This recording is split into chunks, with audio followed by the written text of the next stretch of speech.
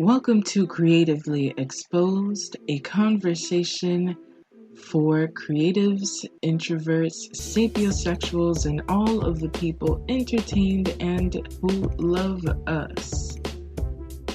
I am Liz Flo, the podcast host, poet, writer, and overall Afro-Caribbean Latina creative. I know that is a mouthful, but welcome to the show.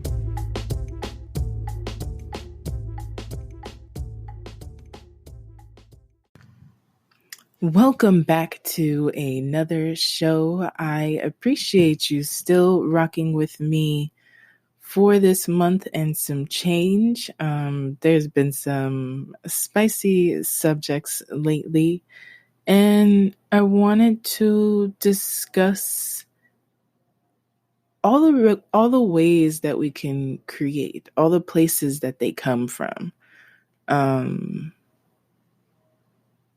And usually from a place of authenticity. I think that some of the reasons why I delve into adult erotic poetry, writing, conversations is not only because I am 31, but because on the previous episode, I discussed where sexuality comes from the sacral chakra, and it's also the same place where we create. And I'll have a whole separate episode based just on what is the sacral chakra, what does it represent, blockages and such things. But I think self-autonomy has been my biggest theme for this year, and I guess throughout the years, but I feel like I'm more in my power this year. And so where I can have fun, be myself, defy some generalized processes, thoughts that people put on to others, and in my case, men onto women, I do not exist in a vacuum. So I think it's pretty neat to be multifaceted and open to all of the uncomfortable ways that I am who I am, right? And so my sexual narcissist poem really isn't I am a narcissist. That's not what it's all about. But it's just a view, like it's not all about you, my guy. Sometimes I want it to be all about me in that case. And I have felt like some interactions are more like I'm being chosen to be a part of some kind of dynamic with someone. And you're also chosen, dude. We're choosing each other. So it was a play on thoughts and experiences, and therefore that's why I wrote it. Because it's like, hey, sometimes I am the selfish one. And I hope you enjoyed my conversation with my good friend, Brian Ward. If you missed it, that was not to be listened to with children or anyone who is not grown. So whenever you take time to listen to it, give me your thoughts. It's just a fun, playful conversation. And I think that I'll be doing those like maybe once a month, having a guest on and just having a wild card and seeing where it goes. So I appreciate you being here. Lately, there has been a theme coming up in regards to imposter syndrome, fear, feeling unworthy, and with this Aries full moon, I have been kind of feeling that also a little bit more. And so these are my thoughts. I was trying to look into the psychology behind fear, and what I found online is that it's a primitive response to anything that we perceive to be dangerous or threatening to ourselves.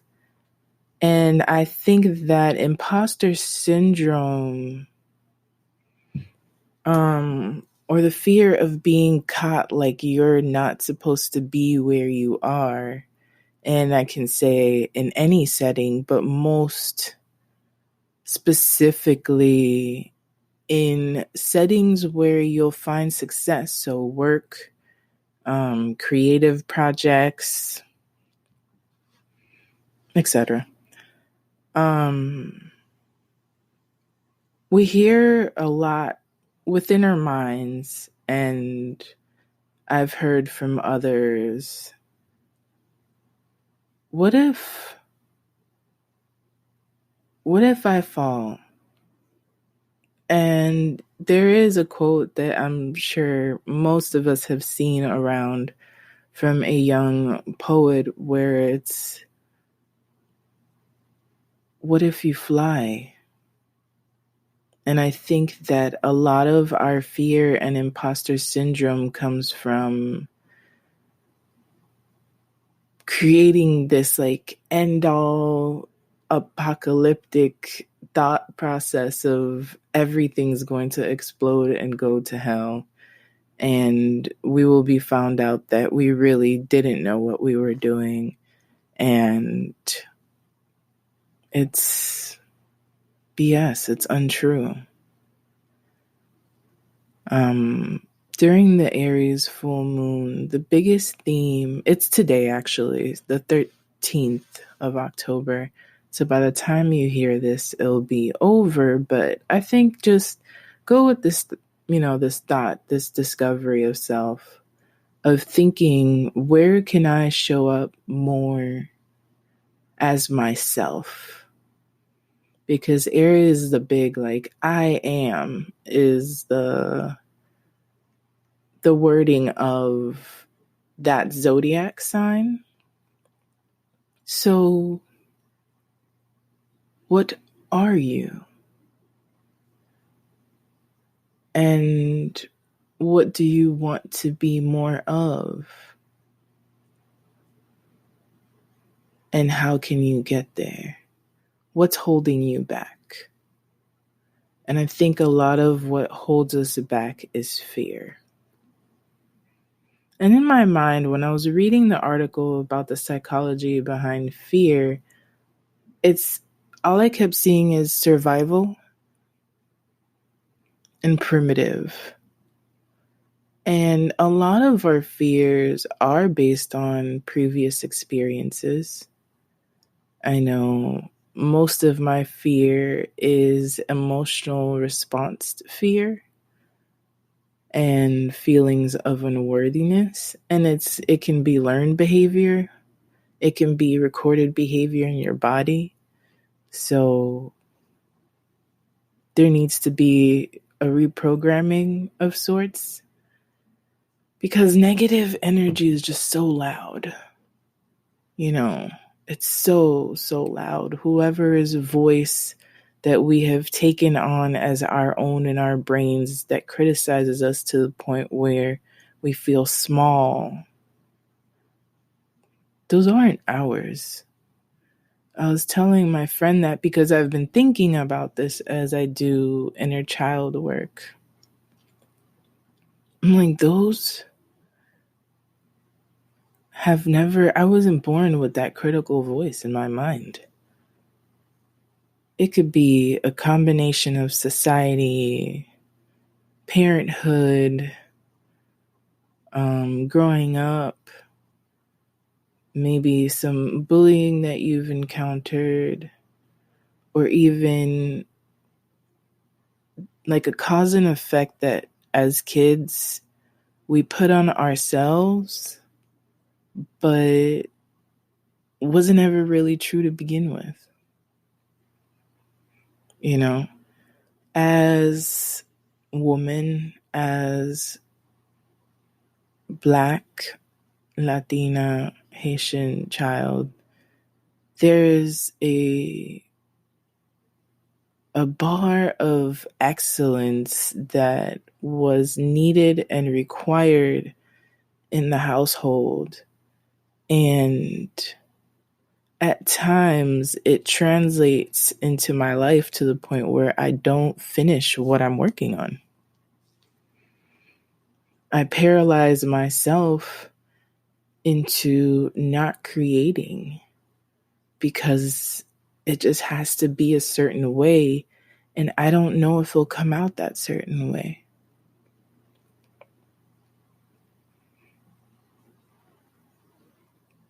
Most times when we're going to embark on something new,